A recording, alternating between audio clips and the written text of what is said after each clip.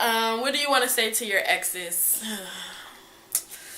Man, exes. I don't love just anyone. I am not just anyone.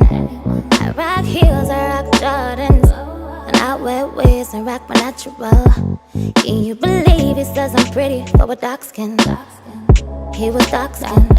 I bought some Hennessy for these niggas. Wonder if they love their mothers. I love their skin colors. Hey Smoochies, welcome back to my channel. If you're new, my name is Semyia, and today I'm going to be doing a video that's going to be a little bit different. If you guys read the title, it's more symbolic than literal, guys. I'm not stripping naked or whatever, but I just wanted to do a video, basically just more of a serious type of video. This is definitely going to be a little bit different from what I'm used to doing or what you guys are used to seeing me do. I feel like myself and a lot of other YouTubers are guilty of this. We show the best experiences of our lives to you guys. We show you guys all the positive things, all the exciting things, and we leave out any of the other things that we deal with. And those things are learning experiences.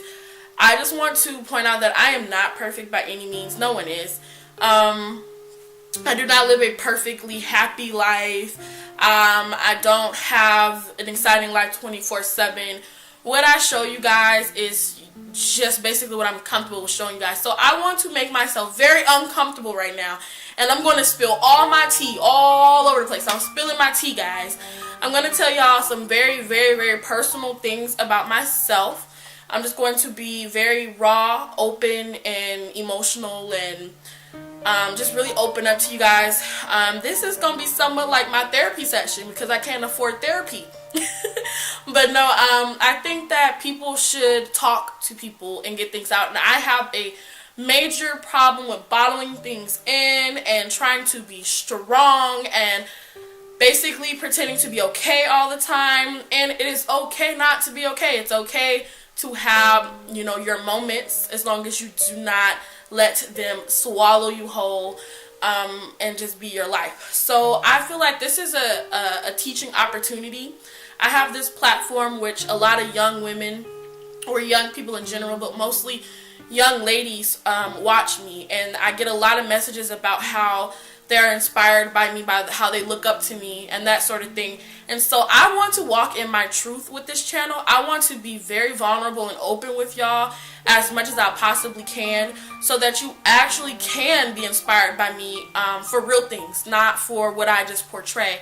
I'm not a happy-go-lucky person all the time. I go through real issues, real drama, real situations, and I come out of those same situations and issues. And so I want to kind of touch base on some of those things and just be real raw, open with y'all, and let y'all know some of the things that I have going on in my life, or that have happened in my life, how I cope with those things, and just talk to y'all about some of the stuff. Open up the floor for discussion. And I really hope that someone sees this video and decides that they want to trend it, you know, make it a trend.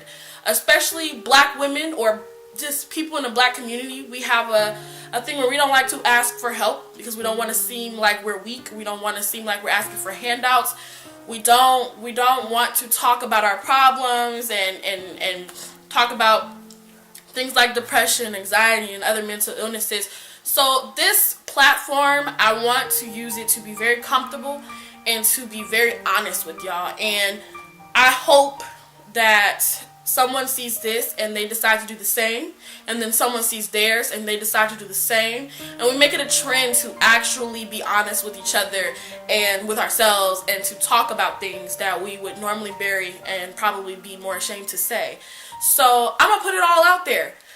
Some things are embarrassing. Some things I would rather keep to myself. Some things I would not want to share, but I'm going to share them because I trust y'all, and because I walk in my truth. You know, everything in my life happened for a reason. It's all a learning lesson. I walk in my truth. So I'm not going to run and shy away from it. I'm going to talk to y'all about it today. Everything. I'm laying it all out there. So if you guys like videos like this, make sure you give this video a thumbs up. If you have any questions about anything I talk about in this video, you can DM me on any of my social media networks in the description box below, or you can leave me a comment below as well. With encouraging words. I love encouraging words, guys. Sometimes I need encouragement as well.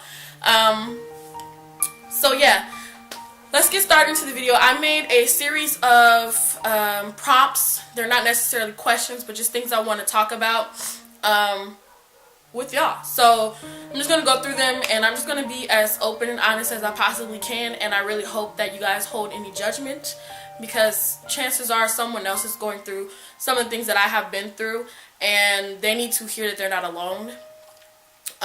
It could be you. And so please refrain from, you know, the harsh criticism and judgment, and just try to be understanding to other people's, you know, stories, their truths, okay? Everybody's different. What are you ashamed of? I generally am not ashamed of much, but lately I've been very ashamed of the fact that I am not in school. I've been very ashamed of that because I feel like I am disappointing so many people who have invested their time and money, expectations in me, people who look up to me. So I'm disappointed in myself in the fact that I am not in school right now, and the fact that I don't really know what direction my life is going in right now. So that right now is like my biggest shame right now. What is your greatest regret? My greatest regret is, what is something I regret the most? I think my greatest regret is never healing from certain things. I regret not taking the time to heal from a lot of things that I've, you know, been through, situations I was in, or things that have hurt me in the past. I regret that I didn't take the time to like heal and have like some self-growing moment with some of these issues that I faced with. Like I just kind of like act like they didn't happen and just kept it pushing. So that's probably my biggest regret, because I feel like sometimes I feel like a robot, or I feel like people perceive me as a robot, like I don't have feelings because I never dwell on anything, or like I feel like I just have all this baggage on me that I never can like unloosen because it's just so much, and I would feel guilty if I just let it all out. So my biggest regret is like just carrying so many burdens and never healing. What's your biggest fear? I'm not gonna be cliche because everybody knows my biggest fear is ants, but psychologically and emotionally, my biggest fear is that I will be 65 and have never been in love, or never been loved the way that I imagine, and I will never have had children. My biggest fear is that I will be 65 and I won't have a husband or family or the life that I imagine that I will have. That's my biggest fear. What do you want to say to your exes? Man, exes. So most of my exes were not like, I dated a lot of broken people because I attract broken people. I attract people who come to me because I am a healer. I don't heal myself, but I'm good at healing others. So I attract a lot of broken people who come to me as like their savior or something. The relationship obviously doesn't work out because they're broken, but I tend to get all of their baggage and all of their filth and mistreatment and hurt, because hurt people. I feel like I just get the brunt of everything when it comes to relationships, and I'm so forgiving. And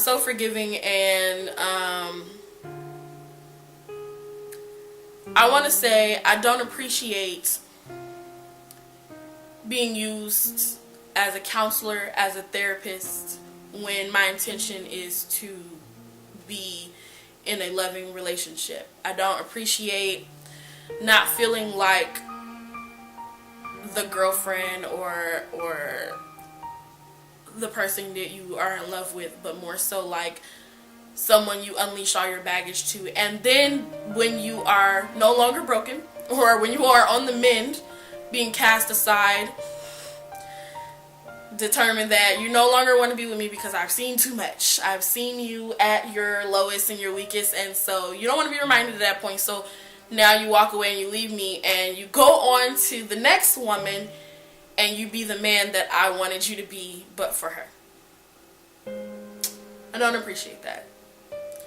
That's like one of the biggest things I'll say to my exes. I don't appreciate being like your greatest shame, because that's how I feel when that happens. I feel like you look at me and you remember all of your bad or your worst moments emotionally and mentally, and you're ashamed. So that's what I am. I will say this though, going through so many relationships that I have, because I do have a desire for love and family, so I date a lot, because that's what I desire. And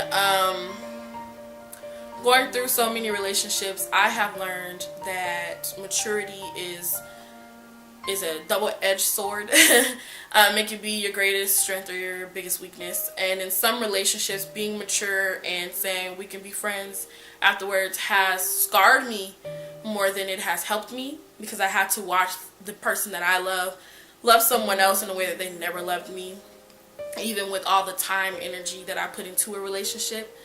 But then on the brighter side, I have one ex in particularly that I talk about on my channel a lot. He's actually one of my best friends.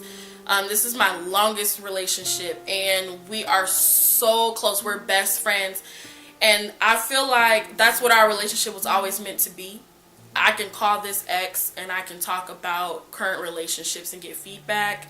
I can call this ex and cry. I can call this ex and laugh. I can call this ex and share memories and excitement and share great news. I have an ex who is an amazing friend. We didn't work out in a relationship. We weren't meant to be. A lot of things definitely went wrong in that relationship, but in our friendship, so many things go right. And so I do want to say that I appreciate that ex. Omari, you know who you are. I appreciate you for always being there, always being a good friend. You're like family to me, like dead ass. You've been there for me through so much. I literally call you crying about other dudes. You encourage me and you motivate me. And although we failed in a relationship as boyfriend and girlfriend, our friendship is so strong, it thrives, and I could not be happier with having you as like my male best friend.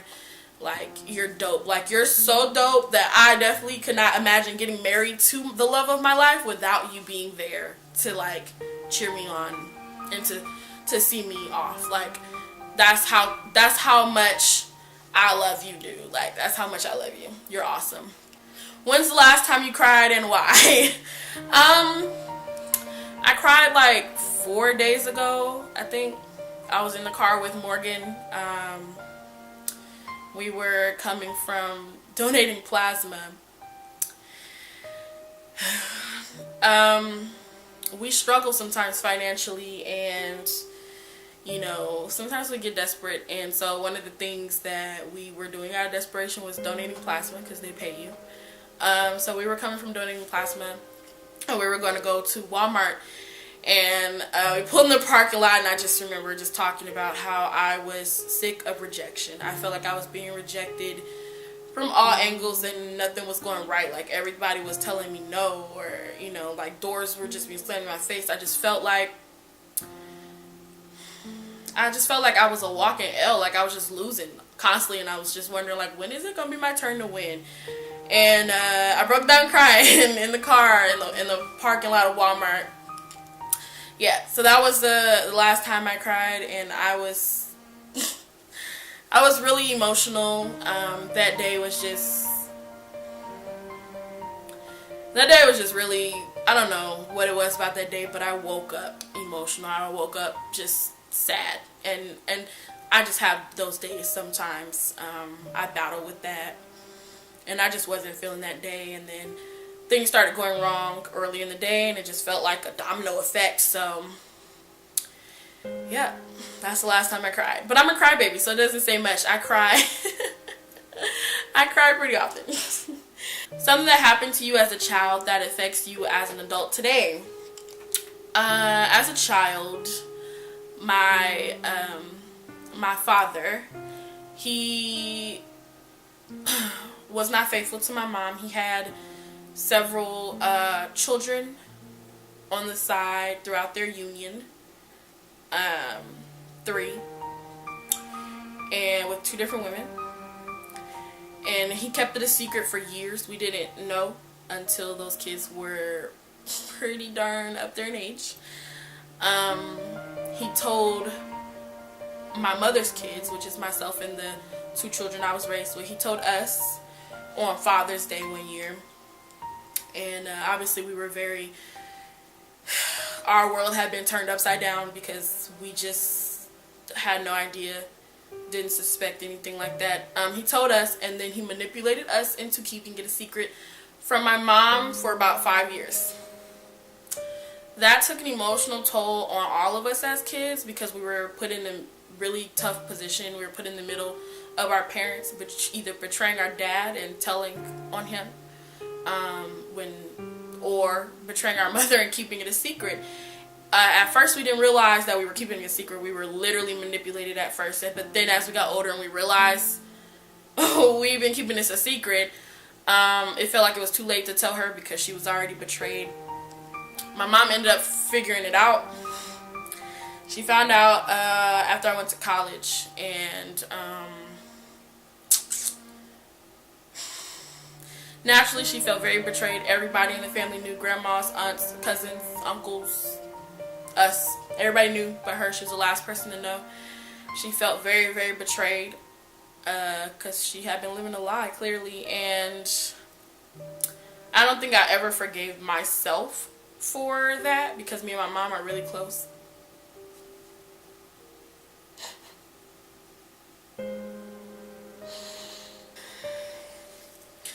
Me and my mom are really close, and I betrayed her.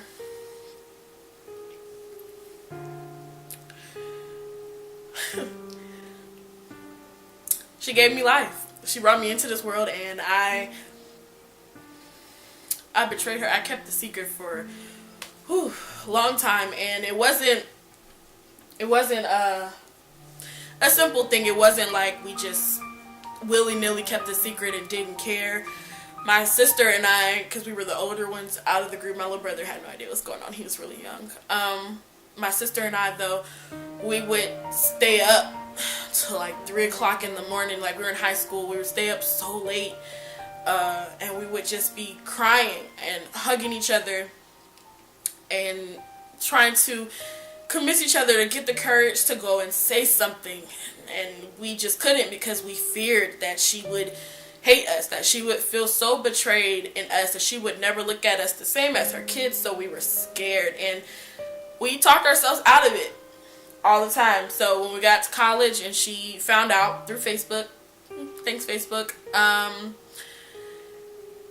it was tough, and she still hurts over it to this day. This was almost a decade ago, but she still hurt over it naturally, and obviously so are we.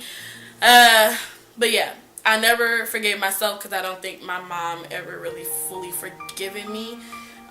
She loves me, and she doesn't hate me because I'm her child, but I do think that she's still in the back of her mind. That's something she'll always remember and always feel a sense of betrayal.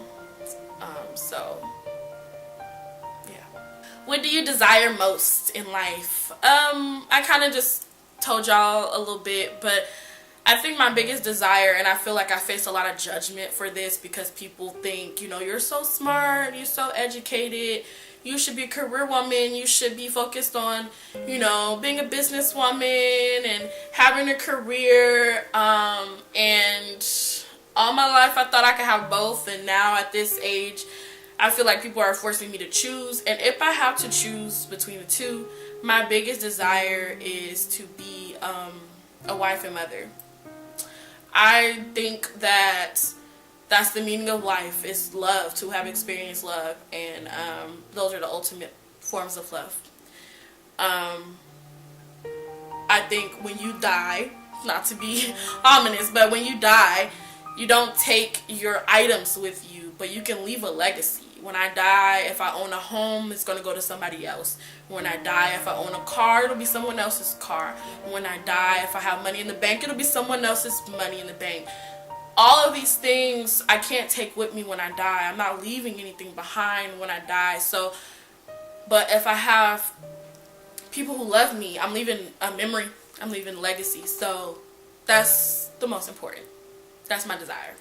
My biggest physical insecurity is my breasts. Always has been, probably always will be until I can get a reduction. I love my body. I love myself. I am very confident. I definitely feel like I'm a very beautiful woman. Nobody can ever make me feel like I'm not. But I'm definitely insecure in my breasts because they are abnormally big. I wear a size I bra. It's hard to shop for clothes, and I definitely get discouraged and really sad when I'm looking at clothes and I like something and I can't wear it because my boobs are too big, or when I'm trying to have a conversation with a guy I find attractive and all he sees are my breasts and that's the thing that he's having a conversation with, or when there's a dress code to something and it looks nice on everybody else, but when I wear it because my breasts are so big, it is unflattering to my form and shape. Just different things. That's my biggest insecurity, my physical insecurity. I love everything else about my body, but my breasts, I could do without. What do I get the most hate about? I get the most hate about my weight. People hate someone who is happy with themselves, whether they are skinny, whether they are big.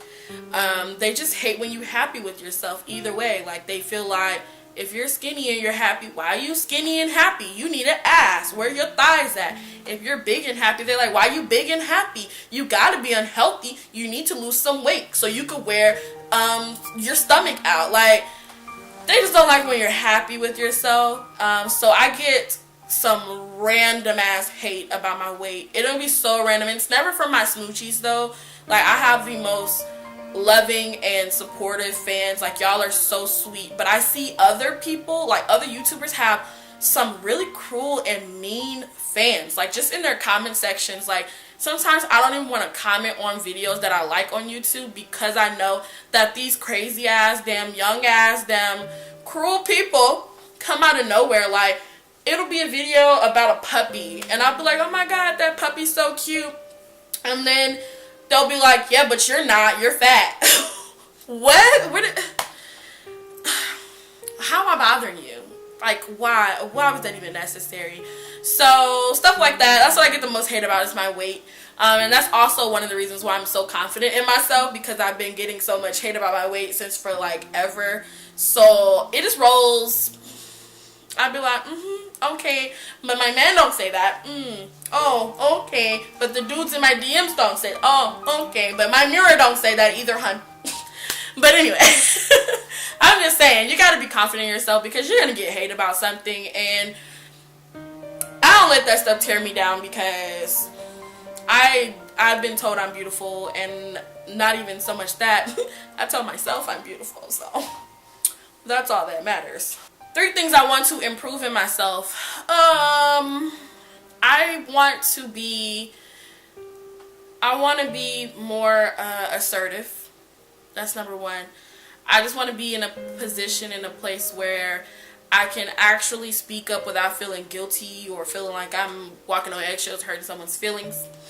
The second thing is I want to confirm in myself what I want to do with my life. Like, I want to just know. I'm tired of trying to figure it out.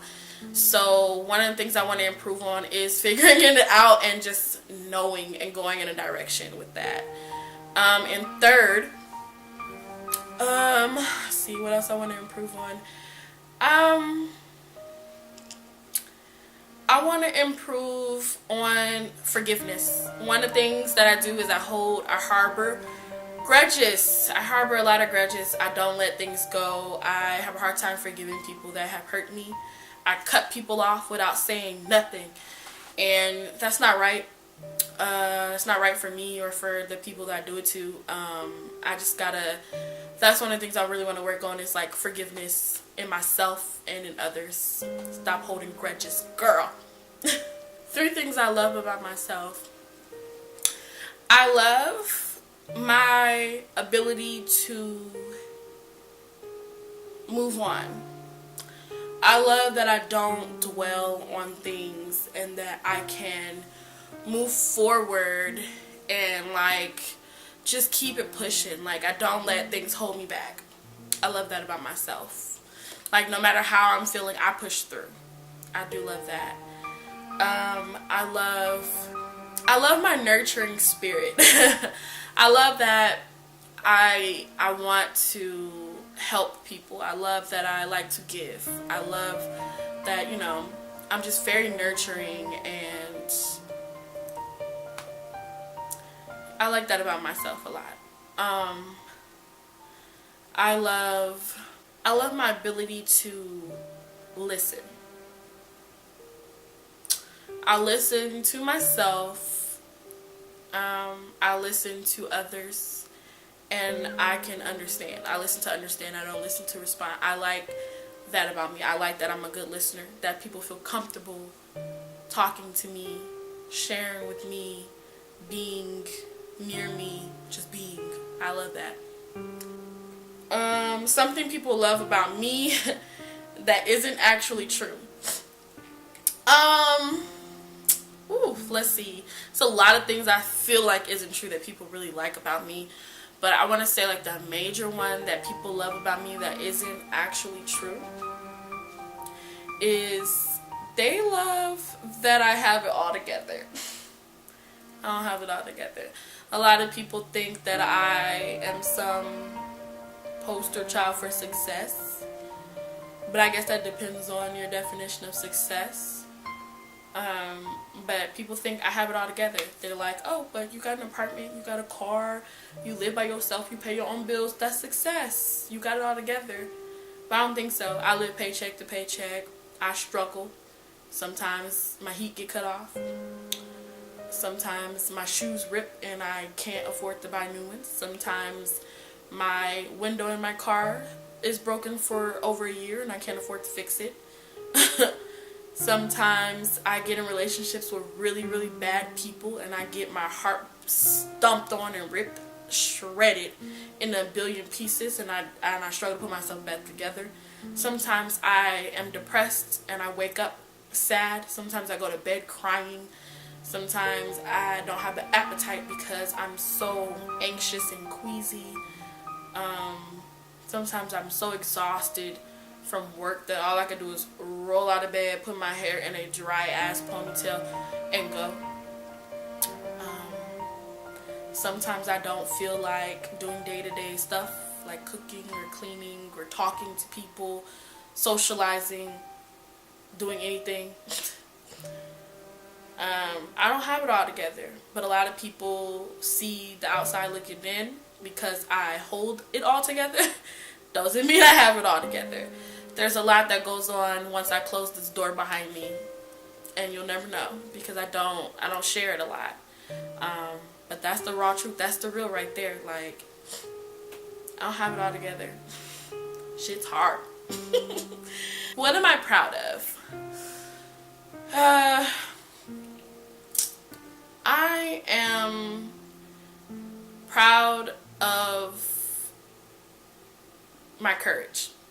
I'm proud of my courage. I am one of the most courageous people I know because despite falling on my ass so many times and having to ask for help so many times, I still will jump out of the tree and fly with these broken ass wings, and I'm like, I'm gonna make it to the next tree. I'm gonna get there. I have hope and courage, and I don't let nothing stop me. I don't let nothing stop me. When I was 17 years old, I graduated high school. I moved to Alabama to go to college. When I was 17. First time away from home, really. Away from family. I don't have no family out here. None. I came out here when I was 17 years old. My parents have never visited here. I've been out here for almost 7 years. I came out here on my own. And I've been making it on my own, doing my own thing. I've been homeless out here, sleeping on people's couches. I have been broke, eating from the church's cabinet, kitchen, or whatever they'd be donating out of the churches. I have really struggled having shoes and clothes that are falling apart. I've really been through it. I've been unemployed. I've been depressed. I've been brokenhearted. I've been turned away from school several times. I've had so many things happen that most people would have ran back home with their tail tucked and been like, Mommy, save me, protect me, because I can't do it. But I stayed. I stayed, and I'm living my life on my own for myself.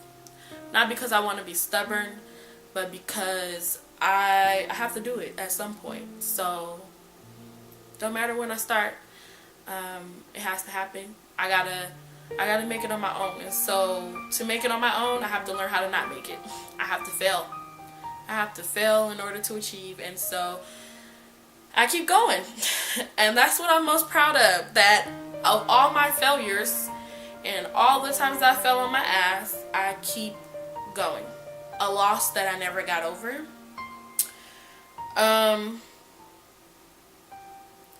When I first came to school, I started off with 3 friends. I'm the 4th friend. I started off with 3 friends. I've talked about this friend, one of these friends, in a video during Vlogmas a couple years back. I just felt like the friendship wasn't healthy. We've been friends. We were friends all through our experience at Tuskegee. We were line sisters in my fraternity. We were roommates for years. We were inseparable. We were like this, really close. And something happened that really hurt me and broke my trust with this person. And I cut them off. I didn't give her an explanation. I didn't tell her what she did that hurt me. I didn't contact her. I literally just stopped talking to her. I stopped answering phone calls. I disappeared. She did try to reach out to our mutual friends to find out what was going on, where was I at, what happened, and I didn't reach back. That was one of like those petty things that I do. And I told everybody, like, I don't care, like, good riddance. You know, she wasn't a good friend. I felt like I was at a breaking point, that I had just been through so much BS with her, and I was tired, and I just didn't want to have that friendship no more. So I ended the friendship in a really bad way. And I regret doing that, because when you're friends with somebody for years like that, I understand the need to distance yourself if things are not healthy, which they weren't. But I owed her an explanation. I owed her a conversation. Not so much an explanation, but I owed her a conversation before just walking away from the friendship. And it hasn't set right with me how I ended that friendship off. It hasn't set right with me how I did that. Because we still have mutual friends, and her name comes up all the time, and it stirs up these feelings like, damn, I miss my friend. Damn, I wish we didn't end the way we did. It ended really badly. And I was talking to one of my line sisters from Zeta earlier today, and she was telling me how she was mending a friendship that she also ended abruptly with someone she knew for years. And not really so much mending a friendship, but just having a much needed conversation, a heart to heart. And it inspired me. And I think that I'm going to reach out to this friend, and I wanna talk to her, and I want to apologize about how I ended things and be the bigger person. I want to express myself in the correct way and tell her what hurt me and have a healing moment. I need to have more healing moments in my life, and so I'm going to do that. That's what I think I'm going to do.